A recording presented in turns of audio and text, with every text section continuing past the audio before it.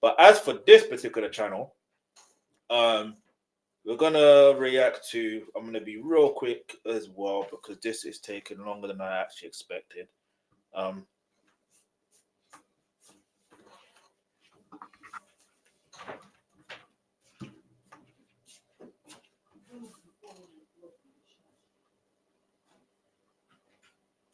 What was it? Some of the things I said I want to react to, I might not be able to have time to react to it, but this one, I'm going to have to react to this today. All right, because I'm just trying to be careful of time here. Spice on me, spice on. Anyway, by the way, my name is Versta, aka the Alkebulan Trust, a name you can trust when it comes to all things reactions, such as we are going to react to. Let me show you what we're going to react to right quick, yeah? Get me, let me show you. Make sure you hit the like button, hit the subscribe button, by the way. We are going to react to the greatest lie ever told about Africans, yeah? So make sure you hit the subscribe button, hit that like button. Let's go, let's go, let's go. I just got fixated on somebody. When I say somebody, I mean you. This obsession's much more than a heart. In a previous video, I talked about what I considered the top 10 lies told about Africa. The biggest being the disingenuous idea that black people sold black people into slavery. I frequently speak about this oversimplification as we cannot apply 21st century Pan-African concepts to 17th or 18th century peoples. The overwhelming majority of African people back then identified in full with their own culture and linguistic group, and not skin color or even phenotype. So what's been implied by that statement is ahistorical at best. But this lie about African people is only a subgroup of an even bigger lie, one of the first lies ever told about our ancestors. You need to go back to this original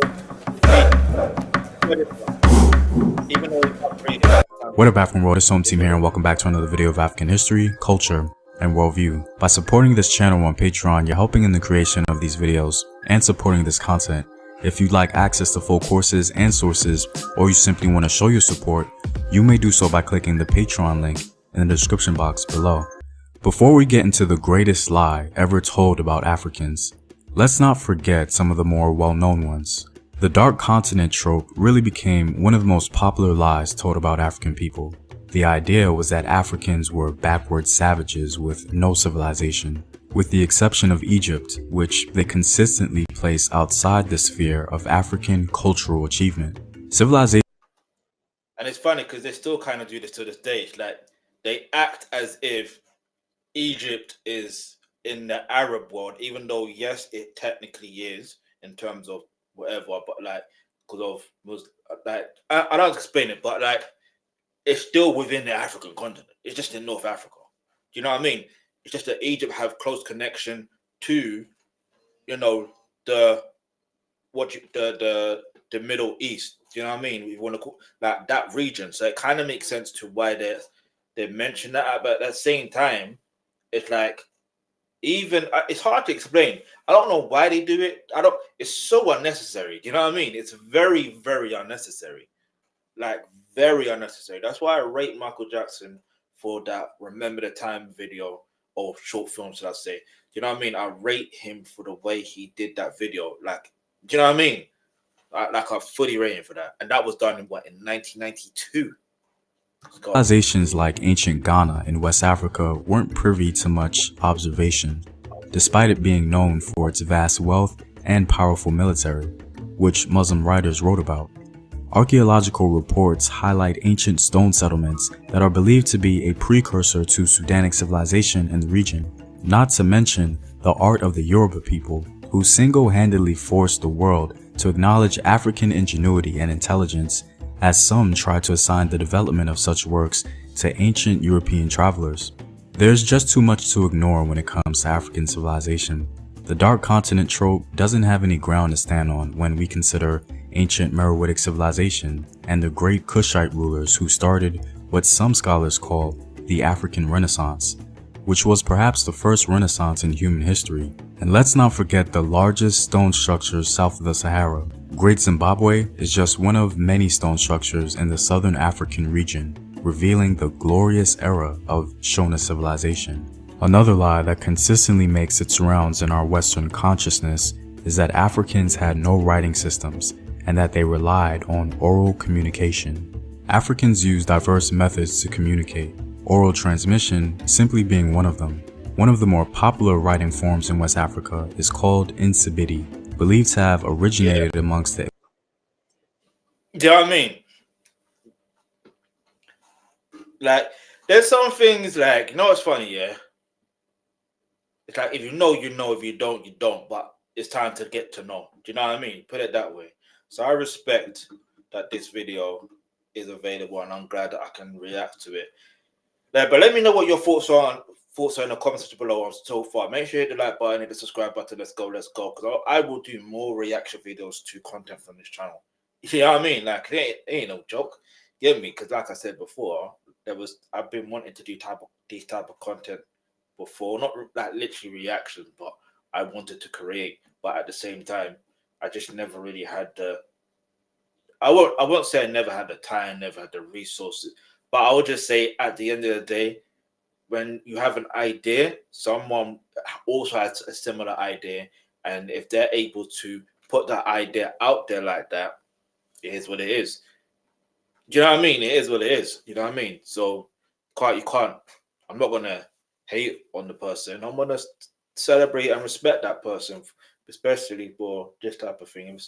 It's similar. It is what it is. But I just feel like, you know what it is. Like, you can learn history in school, but what are you really learning? You can learn history, some parts of history in some documentaries, but you have to understand who created the documentary, why they created the documentary. You know what I mean? What's the agenda? Because these days you can push, and like narratives are pushed through documentaries where you think they're telling the truth, but they are actually creating a false narrative for their own particular agenda. You know what I mean? It's better to just deal with the straight facts. You know what I mean? Just take it at face value. And if you want to dive deeper into it, research it more. You know what I mean? Everything that you see here, I would advise you to research it more. Or as I like to call it, real search. You know what I mean? Let's go. The Ikoi people of Nigeria.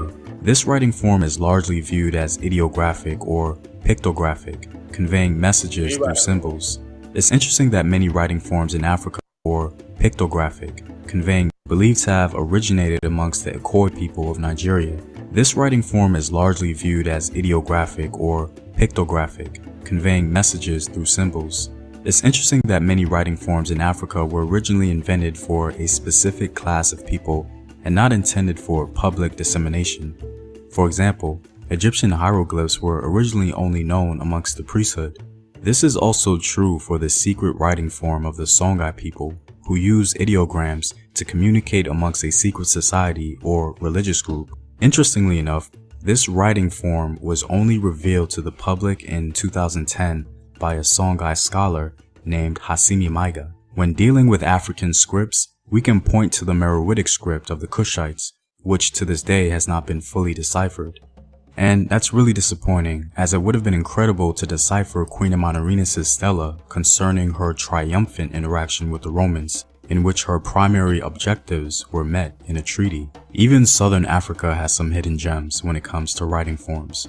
João de Barros, a distinguished Portuguese analyst of the mid-16th. I'm not gonna lie. You see, growing up in England, seeing a picture like that, I promise you the first thought that came to mind was William Shakespeare. I promise you. If you know, you know. But anyway, let's keep moving. What did you say his name was? Wow, what? Africa has some hidden gems when it comes to writing forms. João de Barros, a distinguished Portuguese analyst of the mid-16th century, upon his visit to Zimbabwe, wrote a very important description concerning the discovery of a writing form in one of the vassal kingdoms of the Mwenimutapa Empire, called Batua. De Barros writes, "Over the gate of the building is an inscription, which neither the Moorish traders who were there, nor others learned in inscriptions could read, nor does anyone know in what character it is written." We really don't know what João de Barros saw, but from his perspective, it seems clear that he viewed what he saw as a sort of writing form which was indigenous to the region, not even. And I'm glad he gave that viewpoint, because sometimes if you're looking at something, especially if there's like patterns there, you can look at something and it could be like it's just a pattern, but then you can look at it again and be like, wait, maybe it's not a pattern, maybe it's actually writing format. Like, I give you a prime example, yeah. Like, I know I'm using hip hop as an example and Kendrick Lamar. I'm using Kendrick Lamar as a prime example. You see, when it comes to his music video, let's look at his Super Bowl halftime performance. When he's in that X, if you didn't know any better, in fact, no, forget that. Let's focus on the fact that within the seating area of the Superdome, you have the inscription of "Game Over," or do you know what I mean? Let the games begin, and do you know what I mean? That you have that, and I just find it very intriguing how that was done. In fact, I will react to the documentary to that on my other channel, by the way. I would have done it over here, but I can't do it on our other channel, and I'm gonna see if I can. But anyway, the point I'm trying to make is, if you look closely enough and you pay attention, you will see it. You will literally see it. So I feel like that's what he probably saw, because it's easy to be ignorant and be like, it's just whatever. No, he saw what he saw and he wrote it down. So shout out to those who actually genuinely write it down if you're from another culture. Let's go. Even the Swahili traders that accompanied him could decipher it. Unfortunately, we really never hear about this again. Anyway, all this babbling I'm doing is for a reason. The lies told about Africa are many, and I really want us to understand the full scope of it and how grossly inaccurate they are. What may have started out as innocent quickly turned into an agenda that we have yet to undo. But by far, the greatest lie told about Africa has nothing to do with civilization, writing, or any of that. The greatest lie told about Africa actually came from a religious idea. And as we all know, religion has been one of the most powerful forces in human history. It's no wonder that this particular lie affected African people so greatly. It's nearly impossible to ignore the Abrahamic religions when speaking about Afro-descended people, because these religions are a big part of our history, whether we like to admit it or not. They greatly influenced our spiritual paradigms and worldviews. This lie, originating amongst the Abrahamic religions, as many of us know, is called the curse of Ham. I don't want to distract with theological history or debate, but in short, the curse of Ham is a misnomer because the curse was really bestowed upon Canaan. Jewish scholars believe that Ham was the ancestor of. So I know you said Canaan. I know it's supposed to be biblical. I just immediately thought of raising Canaan, and the fact that how he's raised, it really felt like he's raised in. Anyway, let me not digress. Let's focus. Let's stay focused. Let's stay focused. Let's stay focused. Of all black or African people, and this idea was adopted by Arabs, and then it was true. I don't want to distract with theological history or debate, but in short, the curse of Ham is a misnomer because the curse was really bestowed upon Canaan. Jewish scholars believe that Ham was the ancestor of all black or African people, and this idea was adopted by Arabs, and then it was strategically broadened by Europeans to justify the enslavement and demonization of African people. This is the greatest lie that has been told to our people, because it didn't just have physical and psychological repercussions, it also added a spiritual component, because some people within our community actually believe that it's true. And in our attempts at lifting this curse through achievement, acceptance, or spirituality, we turned into concerned, aimless wanderers, heightening confusion and self-hate within our community. It's one of the most powerful invisible enemies we have. I don't know about that. I don't. The way that it's titled is like the greatest lie told about Africans. I would have thought it would have been completely different. I thought it would have, like, I feel like I've seen this before, but I can't remember everything I've gone in this video, to be honest. But like, I didn't expect it to go down this line. But I will say this, yeah, because you got to remember, not every black person or not every African is a Christian. Some are Muslims and some are raised in particular households. Do you know what I mean? Like, and some understand every other religion, but maybe just practice Christianity. Who knows, right? The point I'm trying to make is you can't always think that you. How do I explain it? I think like the greatest lie ever told about Africans. It should have been okay. Then again, it's about Africans. So maybe I'm thinking the greatest lie told to Africans, or I don't know. Like, it's hard to explain. Maybe I'll leave it in the comments and see what I'll see what I need to say and read other people's comments first as well. Obviously, I just feel like as much as we can say this is a lie, you gotta remember when reading. Like, some people can read books, some people can like I don't know explain. Some people can read books, yeah, but like they can either I don't know explain it. Like, reading books is one thing, understanding it is another. Believing in what you're reading is another thing. Do you understand? Like, I mentioned Shakespeare moments ago. Like, again, reading his book is one thing. Understanding what he's writing about is another thing. And to even actually do some of the coursework from or homework from doing, like, from actually reading about Shakespeare, some of his stories and stuff like that, or some of his scripts. You know what I mean? It's like you have to literally try to understand it. You genuinely have to try to understand it. And again, so my thing is, some people can read it and understand it, or because I don't really. The thing is, I've never really heard. Okay, maybe I have heard it in that sense, but I've never really believed it, and I never like in terms of saying, because I don't explain it. It's hard to explain. Like, so if that's the case, I don't think it's a thing of that's what's harming us. I just think in life sometimes it just comes down to the simple fact of education within the household. Look, you've got potentially what? A mother, father, child. What you're teaching your child is based, everything is based on what you're teaching your child. Everything outside of that, other people are going to teach your children, like teachers and stuff like that. But in the end, it's down to how you teach your children and let them understand what they need to understand. And if they, you know what I mean? If you show them the truth and they understand it, again, no one can tell you nothing. Do you know what I mean? Better keep moving because, like, I'm waffling as well. As Afro-descended people, one that cannot be tangibly debunked. And although the belief in it has diminished greatly, the residuals may still be felt.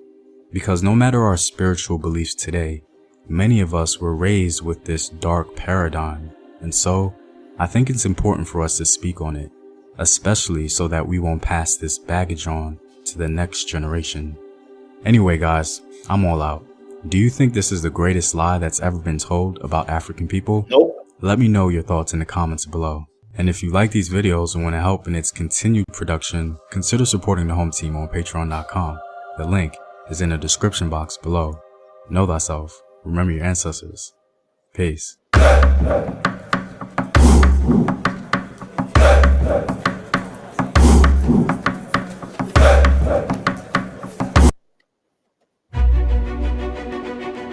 Speaking about teacher, you see, speaking about teaching,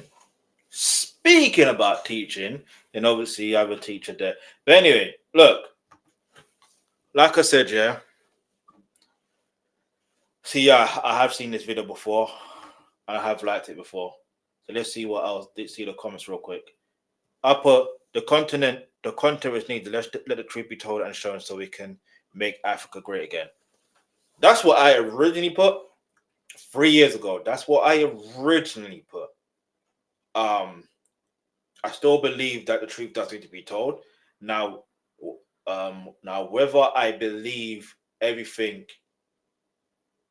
whether I believe this is the greatest lie that was told, that's another thing. I don't think it was the greatest lie told about Africans in general. I really don't. I think the greatest lie is that Africa is poor. That I think is the greatest lie that's ever been told.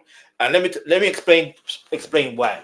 And I'm gonna leave it in a comment as well. The reason why I believe the greatest lie that's been told is about Africa being poor is because you have to remember they come to our land and come to steal our people and our resources, and they still do to this day.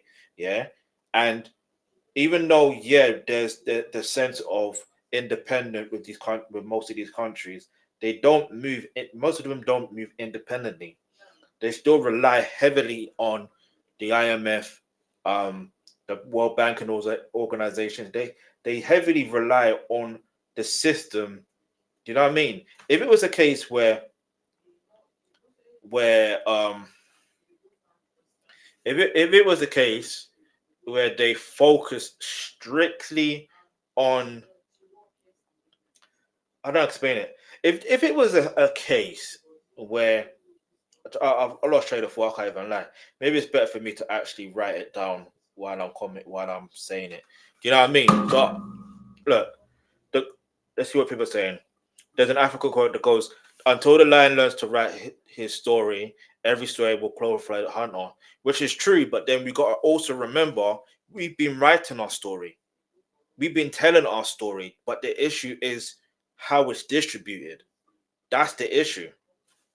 So that's why I'm grateful for platforms like this, so we can distribute the story in the correct way. You understand? One of the biggest lies is the size of Africa. That's fact. Biggest lie is Africa is poor. You see, I'm not even. Maybe I don't even have to. In fact, I'll still comment on it. I'll still comment. Had to come back to this, and I say one of the biggest and main lies about Africa is Africa is poor, when even till this day they use our land, resources, and people.